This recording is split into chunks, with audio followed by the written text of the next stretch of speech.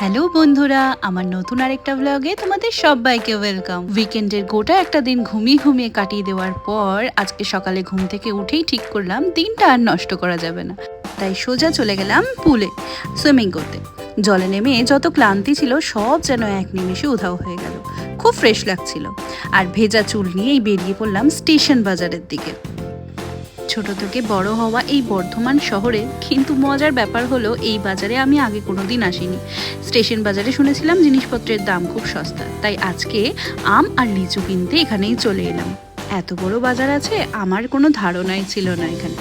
আর আসার সময় চোখে পড়লো একেবারে টাটকা তালশাঁস। ব্যাস, নিজেকে আর সামলাতে পারলাম না, কারণ আম, লিচু আর তালশাঁস এই তিনটেই আমার খুব প্রিয় ফল। বাড়ি ফিরে অল্প খাওয়া দাওয়া আর একটু রেস্ট, তারপরে সন্ধে না হতেই বেরিয়ে পড়লাম। আজকের গন্তব্য ছিল বর্ধমানের নতুন ক্যাফে সেভেন্থ হেভেনে।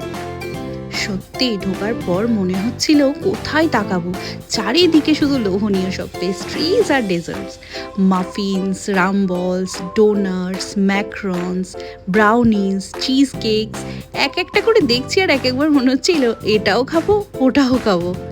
শুধু ডেজার্টসই না, এর সাথে ছিল নানান ধরনের সেভারিজ, যেমন মিনি পিৎজা, পাফস। তো দেখতেই পাচ্ছ কি সুন্দর করে সাজিয়ে রাখা ছিল কালারিং সব ডেজার্টস, আর দামগুলোও কিন্তু খুব অ্যাফোর্ডেবল ছিল। তবে আজ আমি গেছিলাম তিরামিসুর খোঁজে। ক্যাফেটার ডেকোরেশন, লাইটিং আর অ্যাম্বিয়েন্স সব মিলিয়ে দারুণ একটা ভাইবস আসছিল।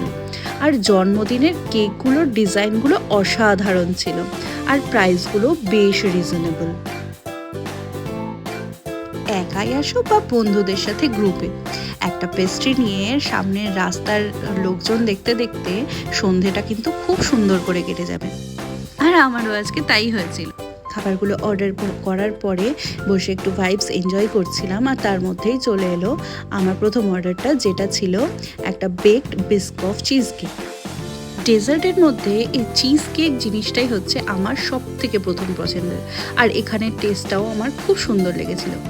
আর তার সাথেই অর্ডার করেছিলাম এই কফি ফ্লেভার তিরামিসু। এটার টেস্টটা, টেক্সচারটা সব কিছুই এক কথায় ছিল অসাধারণ।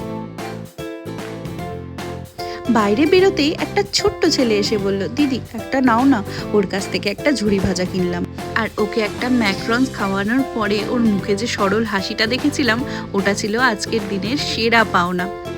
তারপর ওখান থেকে চলে এলাম আমার রোজকার আড্ডার জায়গায়, সাথে এক কাপ চা, কিছু হালকা খাবার আর এক রাশ গল্প। আর এভাবেই আমার এই উইকেন্ডটা কেটে গেল। তোমাদের সাথে নেক্সট আরেকটা ভ্লগে খুব শিগগির দেখা হবে। ততক্ষণের জন্য সবাই খুব ভালো থেকো, সুস্থ থেকো, টাটা।